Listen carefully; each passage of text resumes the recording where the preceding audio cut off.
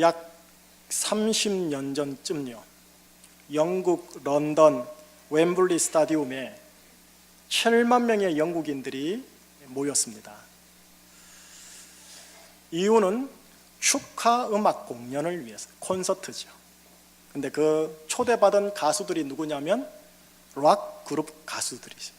락 콘서트였어요. 여러분 락 아시죠? 스피커 굉음으로 쩌렁쩌렁 울면서 락 그룹들이 12시간 동안 군중의 귀를 때리고 있었어요. 12시간이요, 여러분. 12시간 동안 락 그룹의 광팬들인 7만 명이요, 술과 마약까지 취해 그 스타디움은 흥분의 도가니였습니다.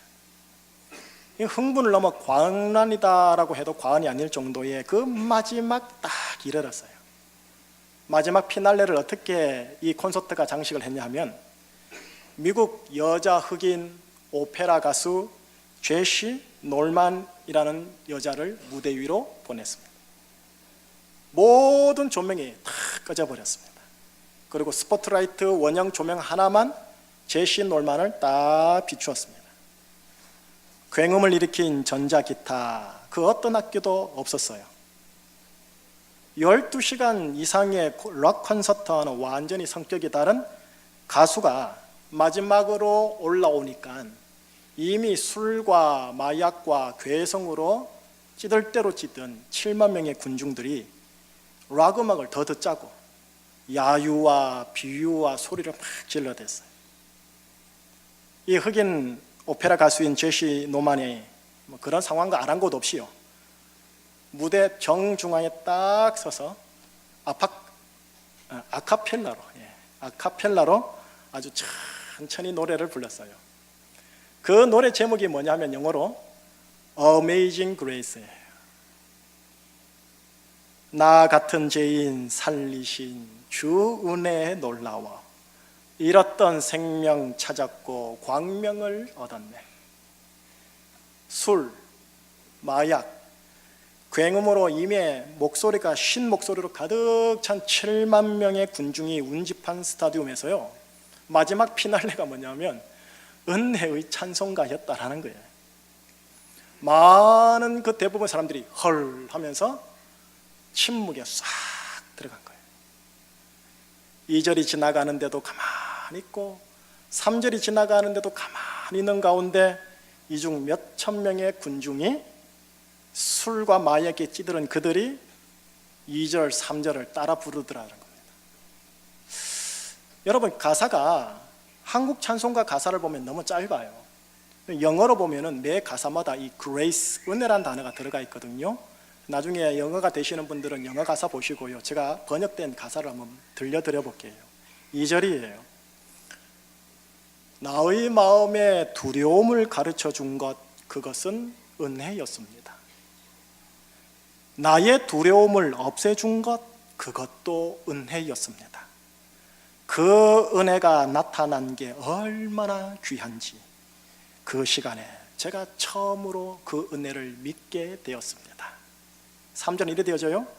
많은 위험들과 수고들과 유혹들을 지나 전 여기에 이르렀습니다.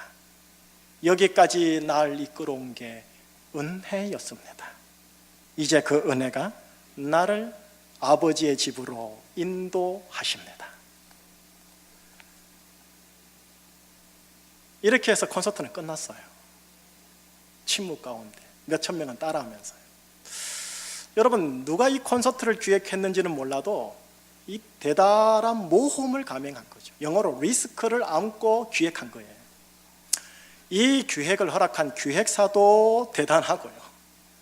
다만 이제 제가 개인적으로 추측하건대 예수 그리스도의 은혜를 아는 실력 있고 영향력 있는 콘서트 기획자가 술, 마약, 광란이 나타나는 12시간 현장에 마지막 피날레로 정말 필요한 게 뭔가 고심하다가 그가 가지고 있는 그레이스를 생각하고 기획하고 풀어내지 않았나라는 생각입니다. 이 사건 이후에 이런 말이 유명한 분에게서 나왔어요. 세상은 은혜에 목말라 있다. 은혜가 임할 때 세상은 그 앞에서 침묵에 잠긴다. 자, 여러분들이 이 예화를 듣고 저한테 이렇게 반문할 수 있어요. 아니 목사님, 술, 마약, 광란의 음악을 하는 자들이니까 죄를 많이 지었겠죠. 죄 지었으니 죄책감이 많을 테고요. 그러니 죄사함의 은혜에 찬송가가 부르니까 그렇게 좀 따라하고 목말라 한 거겠지요. 여러분 꼭 그렇지만은 않은 것 같아요. 제가 지금 영국 얘기를 했는데요, 영국 20세기 초중반에 유명한 한 분이 계세요. 버트란트 러셀이라는 유명한 지성인이 있으세요. 이분의 저서 중에 한 저서, 나는 왜 기독교인이 아닌가라는 책으로도 아주 유명한 20세기의 영국의 철학자요, 수학자요, 역사가요, 사회批判가가 됐어요. 이분이 20세기 중반에 노벨 문학상까지 받았다니까요. 얼마나 탁월한지 몰라요. 영국 국교회, 영국 장로교회, 영국 유니테리언이라는 개신교와 인연도 있었지만 끝내 기독교와 결별하여 완전한 무신론자가 되신 분이세요. 그러니까 나는 왜 기독교인이 아닌가라고 이렇게 책을 지었지요. 그런데 이분이 이런 말을 했었어요. 무슨 말이냐? 내 입으로 차마 말하기 부끄럽지만 지금 이 영국 땅에 필요한 것은 기독교의 사랑이다. 여러분, 은혜가 뭔지 아세요? 은혜란 사랑받을 자격이 없는 자에게 사랑을 베푸는 것, 이것이 은혜예요. 그렇다면 이 은혜의 세계 속에서요, 구원이란 뭔지 아세요? 구원받을 자격이 없는 자에게 구원을 베푸는 것이고, 은혜의 세계 속에서 용서란 뭔지 아세요? 용서받을 자격이 없는 자에게 용서를 베푸는 것이에요. 자, 반면요, 은혜의 세계와 대비되는 현상을 보이는 세계가 있어요. 이름하여 율법의 세계 혹은 법률의 세계입니다. 율법의 세계에서 말하는 은혜란 뭔지 아세요? 사랑받을 자격이 있는 자에게 줘야 할 사랑을 주면서 거기다가 조금 더 후하게 사랑과 보상을 베푸는 것, 은혜라고 그래요. 용서는요, 용서받을 자격이 충분히 있다고 사료되면 용서를 베푸는 것을 말해요. 구원은요, 구원받을 자격이 있다라고 생각되고 합당한 기준에 합격하면 베푸는 것을 구원이라고 생각해요. 여러분, 율법, 법률은 은혜와 구원과 용서보다는 심판과 벌을 더 정확하게 밝혀주고 보여주는 역할을 하게 돼 있어요. 벌을 받아야 할 사람은 마땅히, 정확히, 엄하게 그 벌을 받게 하는 것, 그것이 율법의 주된 역할이에요. 자, 여기서 여러분들 오해하면 안 될 게 하나 있어요. 뭐냐? 무슨 오해냐? 교회가 은혜를 강조하는 곳인데요, 은혜 앞에서 율법은 없어져야 한다라고 오해를 해서는 절대 안 됩니다. 율법 혹은 법률은 이 사회와 공동체가 건강하게 돌아가게 하는 가장 기본 필수 조건이에요. 법이 있어야 심판이 있고 정의가 있고 보상이 있어요. 보상받아야 할 자가 보상을 받아야 사회적 발달이 가능한 법, 벌을 받아야 할 자가 반드시 벌을 받아야 그 사회가 안정이 되는 법입니다.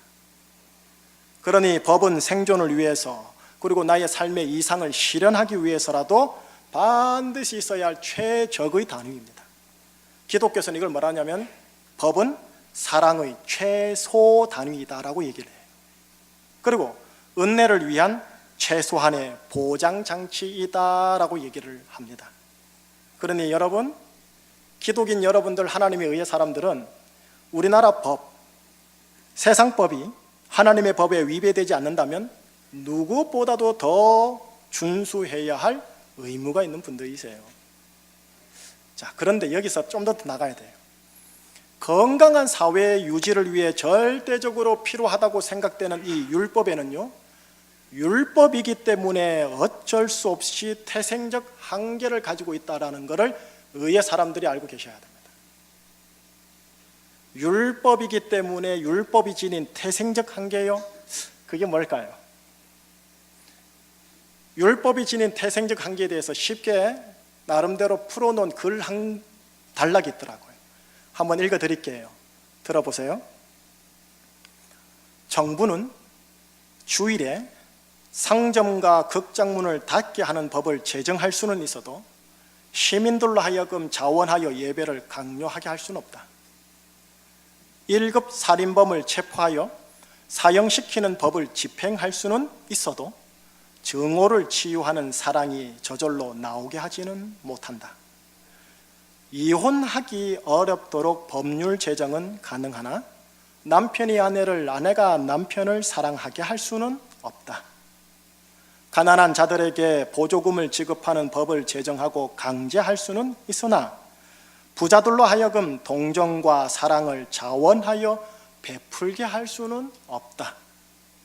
간음은 법으로 금할 수 있으나 정욕을 막을 수는 없고, 절도는 법으로 금할 수 있으나 탐심은 막을 수 없고, 사기는 법으로 금할 수 있으나 교만은 막을 수 없다.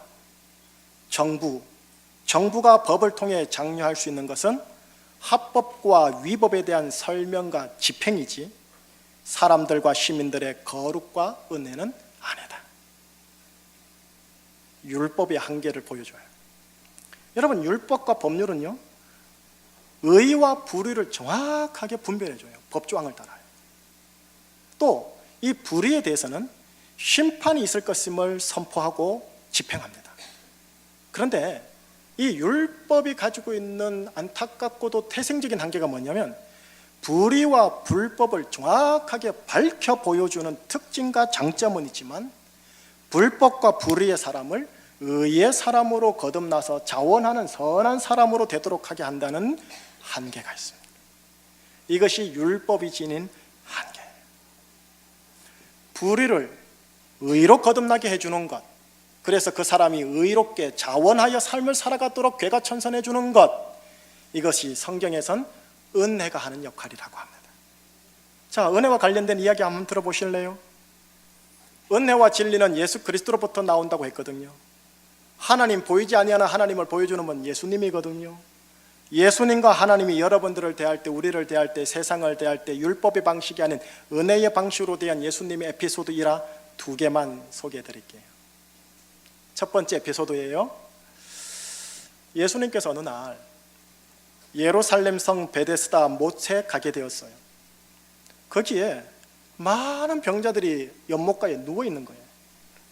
병자들이 베데스다에 많은 이유는 연못의 물이 이렇게 움직일 때, 바로 그때 동할 때 가장 먼저 들어가는 자는 치유를 받는다라는 사건이 있었기 때문이에요.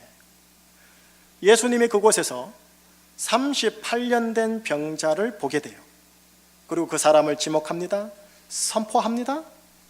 네 자리를 들고 일어나 걸어가라. 그랬더니 그 사람이 치유받아 그 자리에서 일어나 걷게 되더라는 거죠. 여기까지만 보면 그냥 치유의 권세구나, 이 정도만 이해되는데요, 요한복음 5장은 더 나아가요. 며칠 후 예수님이 성전에서 며칠 전에 치유받은 자를 다시 만난 거예요. 다시 만나가지고 그에게 아주 의미 있는 말 한마디를 건네세요. 이렇게요. 보라, 네가 나았으니 더 심한 것이 생기지 않게 다시는 죄를 범하지 말라라고요. 다시는 뭐를 범하지 말라? 죄를 범하지 말라. 여러분, 이 말씀의 전제가 뭐냐 하면 이 사람은 지금 죄로 인해 심한 불치병을 얻었다라는 것을 전제하고 하는 말이에요. 그런데 예수님은 그 사람이 죄에 대한 회개도 없었는데, 죄에 대한 충분한 율법적 심판 실행도 없었는데, 심지어 그가 죄 때문에 불치병을 얻은 것조차 모르고 있는 그 사람인데, 그 사람에게 그냥 며칠 전에 치유의 은사를 묻지도 않고 따지지도 않고 주더라는 거예요. 그리고 나서 죄의 인지도 못해 죄에 대하여 용서를 빌지도 않았어, 죄에 대하여 심판을 받은 것도 아니었건만, 치유와 회복을 받을 자격이 없는 자였건만 치유 은혜를 베풀고 나서요, 며칠 후에 온전케 된 이 사람에게요, 죄에 대한 경고의 권면을 하는 것으로 끝내요. 다시는 죄를 범치 말라라고요. 여러분, 예수님은 죄에 대한 율법적 심판은 지금 언급하지 않으시고요, 치유의 은혜를 먼저 베푸신 후 죄를 짓지 않고 살아갈 수 있는 기회를 이 사람에게 주십니다. 이것이 예수님이 여러분들을 대하고자 하는 은혜의 방식이세요. 두 번째 에피소드예요. 어느 날 예수님 앞으로 여인 한 분이 끌려옵니다. 다른 사람들에 의해서요. 수많은 무리들이 현장에서 음행 중에 잡힌 여인이라 하면서 예수님 앞에 탁 내놓은 거예요. 율법에 의하면 이 여인은 돌로 치라고 되어 있어요. 그런데 지금 당장 율법 집행을 해야 할 상황인 겁니다. 그런데 주님이 뭐라고 말씀하시냐면 율법 집행을 하여라 라고 말하지 않고요, 너희 중에 죄 없는 자가 돌로 치라 라고 말을 함으로써 여인을 끌고 온 사람들의 양심의 가책을 느끼게 하여 다 돌려보내요. 그리고 나서요, 여인과 예수님만 남아요. 죄 없는 자만이 돌을 들어 칠 수 있는 자격이 있다면 이제 이 여인에게 돌로 칠 수 있는 분이 이 여인 앞에 딱 홀로 있어요. 누구죠? 예수님. 그런데 죄 없는 이 예수님이 율법에 근거하여 돌을 들고 돌로 치는 율법 집행을 하시지 않고요, 뭐라고 하시냐? 나도 너를 정죄하지 아니하노니 가서 다시는 죄를 범하지 말라라고 하며 죄의 용서함의 은혜를 먼저 주시고 새롭게 시작할 수 있는 귀회의 은혜, 제2의 인생의 귀회의 은혜를 더불어 제공하십니다. 여러분, 이것이 예수님이 여러분들을 대하는 은혜의 방식입니다. 세상을 그렇게 대하시고자 하시는 아버지의 마음입니다. 죄의 용서함을 선포하여 죄와 관련 없는 인생이 되도록 기회를 주시는 은혜, 치유를 선포하여 건강함을 제공함은 물론이거니와 질병이 그 죄와 관련 있는 질병이었음을 조심스럽게 알려주는 것과 더불어 이젠 더 이상 죄와 관련 없는 인생이 되도록 제2의 기회를 주는 은혜, 이게 Amazing Grace라고 그래요.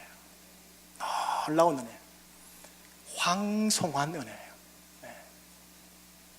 자, 한편요, 예수님과 반대되는 입장에 서 있는 사단의 입장을 한번 생각을 해보십시다. 여러분, 사탄 혹은 마귀라고 들렸죠? 사탄은 히브리어입니다. 히브리어. 근데 이 사탄이라는 히브리어 뜻이 원래 뭐냐면 고발자라는 보통 명사입니다. 참소하는 자, 고발하는 자, 그 다음 정죄하는 자, 이거를 히브리어로 뭐라 하냐면 사탄이라고 그래요. 이거를 법정 용어로 끌고 가면 어떻게 되냐면 검사라고 그럽니다. 여러분, 마귀는 내 주위에서 내가 지난 여름에 아무도 모르게 한 일을 잘 알고 있습니다. 거기에 대해 현장 사진을 찍어 먼 훗날 심판의 백보좌에 앉아 계신 하나님 앞에 그걸 증거물로 제출할 거예요. 그리고 율법에 근거하여 저 사람은 유죄입니다, 형벌이 필요한 자입니다 라고 정죄를 한 후에 이 자에게 사형과 지옥을 내려달라고 재판장에게 구형을 요청할 겁니다. 여러분, 전 생애를 살면서 아주 사소한 죄 한 개를 범했던, 아무나 수없는 죄를 범했던 하나님의 거룩하고 엄정한 율법에 의하면 죄 지은 사람은 모두 다 사망과 영벌이라고 하나님의 정의한 율법에 기록되어 있습니다. 여러분, 그 심판받는 자리에서 우리는 현장에서 가늠하다 잡힌 여인처럼 뭐라고 할 말이 없는 거예요. 고발자의 고발 내용이 다 사실 내용이니까. 신의 정의가 기록된 율법에 의하면 우리는 모두 다, 목사까지 포함하는 겁니다, 모두 다 지옥에 감히 합법입니다. 자, 바로 그때예요. 바로 그때 나의 대언자 되시는 예수님이 바로 옆에서 하나님께 말씀하십니다. 요한 1서에 대언자 예수님이라고 나와요. 대언자, 법정 용어로 환원하면 변호사입니다. 예수님이 이렇게 말하는 겁니다. 만물을 정의롭게 심판하시는 만군의 주 여호와여, 이 사람에게는 나의 십자가 보혈이 묻어 있습니다. 그렇게 이 사람은 정죄받을 이유가 없습니다. 재판장 되시며 나의 아버지 되시는 하나님 아버지도 아시다시피 이 사람의 죄와 형벌을 제가 십자가에서 다 치르고 그 심판과 형벌을 다 이루었습니다. 그러니 이 사람이 재차 심판받을 이유가 없습니다. 참고하십시오, 재판장님. 자, 그러면 심판자 되신 하나님은 선고를 하십니다. 이렇게 해요. 예수가 너를 대신하여 정죄함을 다 받았으니 그렇다면 나도 너를 정죄하지 아니하노라. 영생의 집으로 들어올지어다. 여러분, 지금까지 이렇게 쭉 푸는 이 스토리가 교리적으로 묶어서 풀어내면 여러분들이 오늘 읽었던 본문 세 구절입니다. 자, 오늘 본문 세 구절 한번 같이 읽어봐요. 세 구절, 우리가 아직 죄인 되었을 때. 시작. 우리가 아직 죄인 되었을 때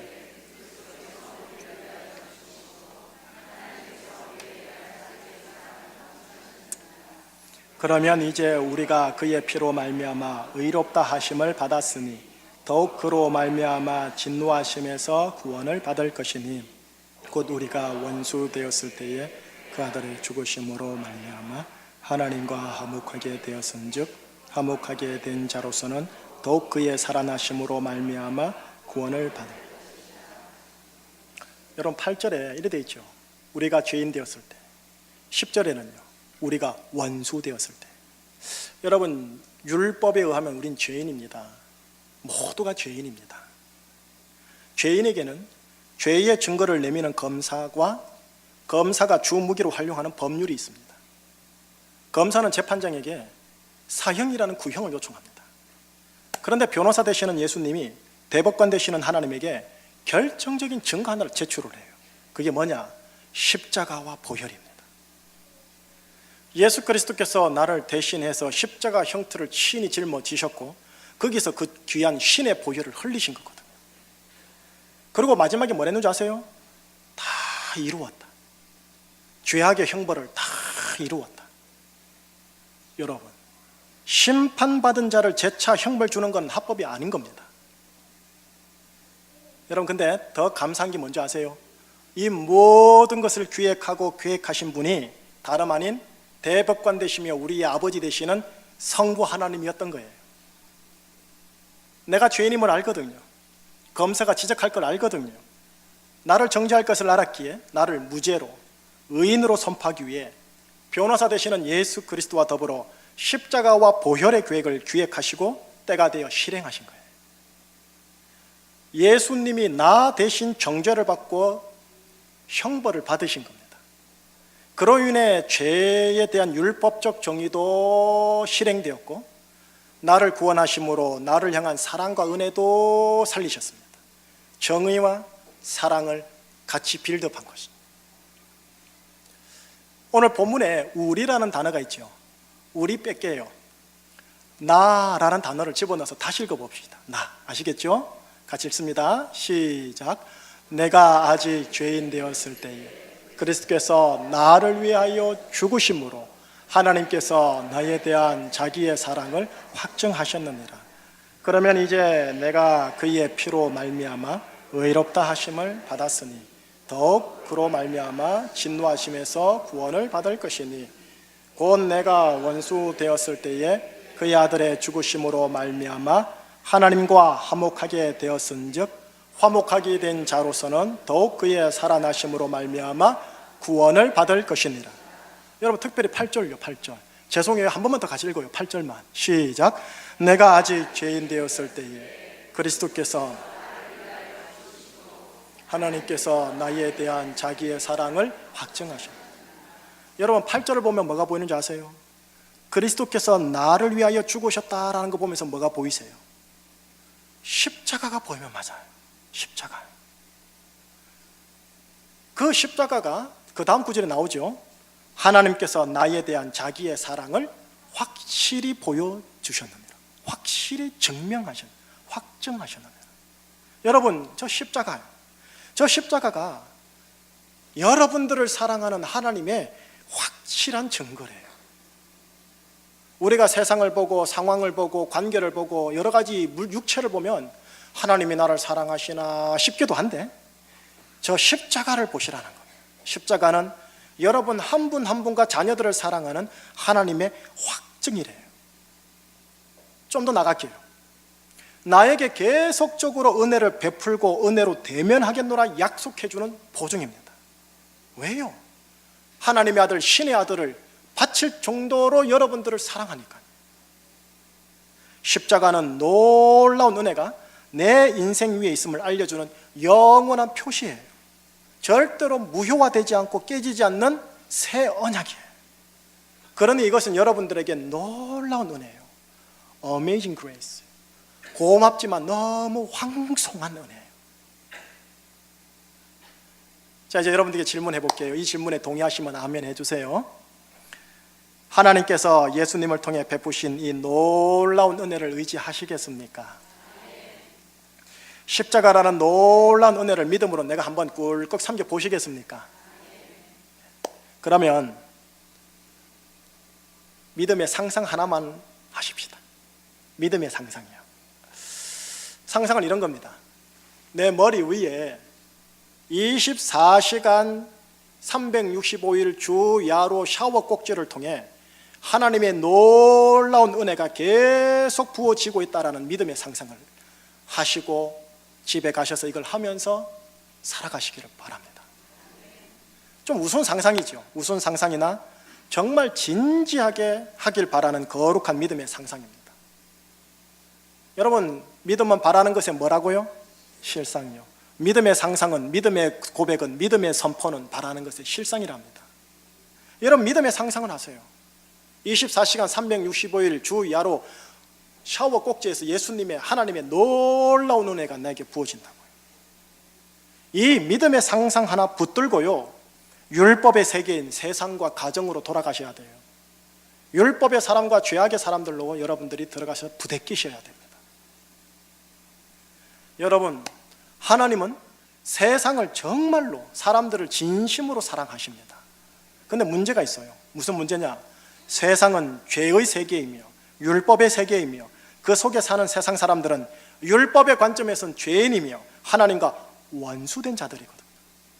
그러니 거기에는 인간의 탐욕이 있고, 인간의 자기 중심성의 탐욕을 극단적으로 부채질하는 마귀의 술책이 있고, 그렇다 보니 하나님의 진노가 있습니다. 그렇다 보니 오늘 본문에 기록되어 있는 단어처럼 화목이 없고 구원도 없습니다. 우리가 사는 세상이에요.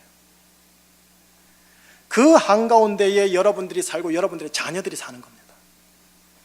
24시간 샤워 꼭지를 통해 하나님의 놀라운 은혜가 내 머리에 계속해서 부어진다는 믿음으로 살아가셔야 할 이유가 여기에 있습니다. 축도를 마치고 집으로 돌려보낼 거예요. 여러분들 정신없고 바쁘시겠지만 24시간 하나님의 은혜가 나에게 있다는 것을 기억해 주셨으면 정말 좋겠어요. 이 거룩한 상상의 믿음 위에 결론적으로 하나만 좀 더 부탁하고 마무리할게요. 하나만 부탁할게요. 뭐냐? 이 죄악의 세상에서, 이 율법의 세계에서 은혜의 향내를 발산하는 은혜의 사람으로 살아가 주시기를 부탁해 봅니다. 한번 따라해 주세요. 나는 은혜의 사람입니다.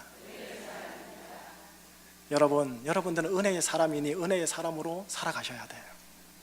작은 은혜, 곧 호의와 친절을 흘려보내는 은혜의 사람이 되어주시기를 부탁하는 거예요. 무디 목사님이 이런 표현을 하시대요. 100사람 중 하나가 성경을 읽으면 나머지 99명은 그 한 사람 그리스도인을 읽는다. 율법으로 퍽퍽한 세상에서, 죄로 삭막한 세상에서 세상 사람들과 가족들과 내 교우들이 나의 모습에서 은혜를 읽으셔야 합니다. 은혜의 향내 곧 호의와 친절을 하고 맡게 해주셔야 합니다. 여러분, 물에 젖은 손은 그 만지는 곳마다 물기를 남깁니다. 은혜의 샤워로 24시간 젖어진다는 믿음을 계속적으로 가지신다면 여러분의 발과 손은 은혜의 물기에 젖어 있을 것이고, 그래서 받는 곳마다, 만지는 곳마다 은혜의 작은 물기, 호의와 친절이 그들에게 묻어질 겁니다. 입술을 통해서도 촉촉한 은혜의 향내를 풍길 거라는 거예요. 샤워하고 나왔을 때 그 마지막 샤워 후에 그 향긋한 냄새예요. 설교 처음으로 돌아갈게요. 술과 마약과 괴성과 혼잡 같은 어느 콘서트장을 향해 하나님의 의의 사람들이 하나님의 율법을 가지고 그들을 향해 정죄할 수 있습니다. 의외로 이런 분들이 기독교인들 중에 많아요. 또 너희들 그렇게 하면 심판받고 저주받아 지옥 간다 라고 율법에 근거해서 예언적 선포를 용감하게 하시는 분들도 계세요. 그런 기독교인들도 또 제법 있으세요.